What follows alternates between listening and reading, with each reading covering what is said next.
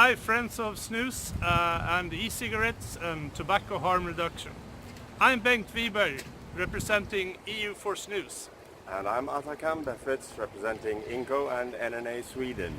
We just came out from a very interesting seminar where a doctor presented his thesis on vascular effects of snus and electronic cigarettes at the Danderyd Sjukhus Hospital in Stockholm under the auspices of the Karolinska Institute.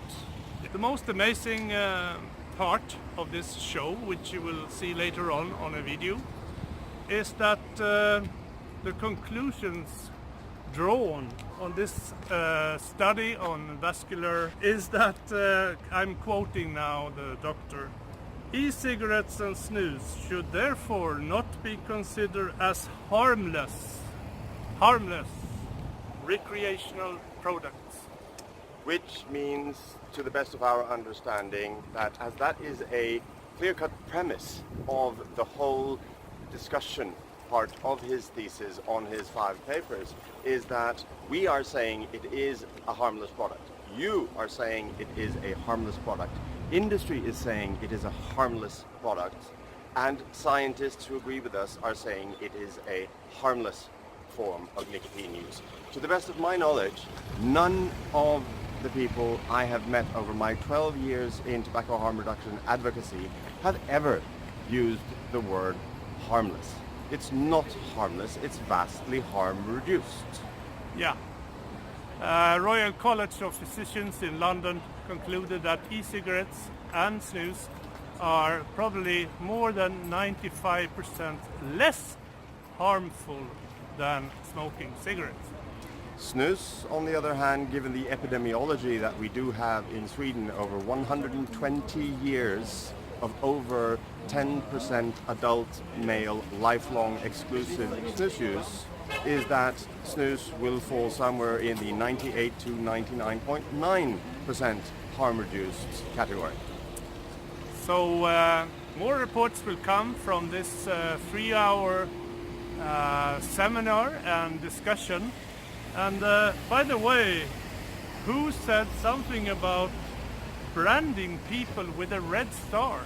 Oh yes, Gunilla Bolinder, in one of her questions that was very heavily regarding conflicts of interest and machinations from industry and so forth and so on, actually said to the audience in the room that it's too bad that they cannot mark us with a red star. And those of us with a little bit of knowledge of history hear and see very disgusting parallels in hearing a prominent scientist use that kind of language. That is completely unacceptable. Yeah, there was the yellow stars. Could have been that. For example. One thing we did ask was that in the discussion part of the thesis, there is also quoted that the majority of e-cig is sold and made by the tobacco industry. We asked that is not consistent with the data we have, or Wells Fargo, or anybody else who is very good at those things, because it's less than 20%. And the doctor who wrote the thesis, he was also asked by someone in the panel group. It was Hans Gilliam of Tobacco Fact, I think.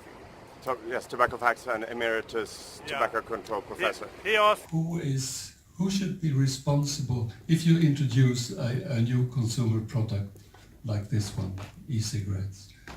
Who, in your opinion, would be responsible to show the evidence that this is a safe product for, say, 20 or 30 years, as we have seen tobacco smoking as an example? Anyways, here's Atakan Befritz, Bengt Wiberg, outside the Danderyd Hospital, and we hope you support #EuforSnus and liberty for all men and women. 1.2 billion people are smoking today at a cost for the world society of $2 trillion and 6 million dead annually.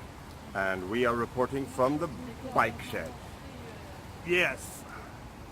You have also in your reference list, a lot of people that have interests of conflicts with the tobacco industry. And that's very hard because you cannot mark them with a red star or something like that.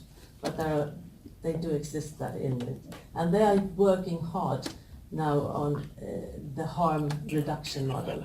Yes. We just touch on that. But this is a huge problem because we should, as scientists, be more interested in the comparison between non-users of a drug and user of a drug, not the ones that have the worst side of exposure, but you must always compare with the non-users. I completely agree.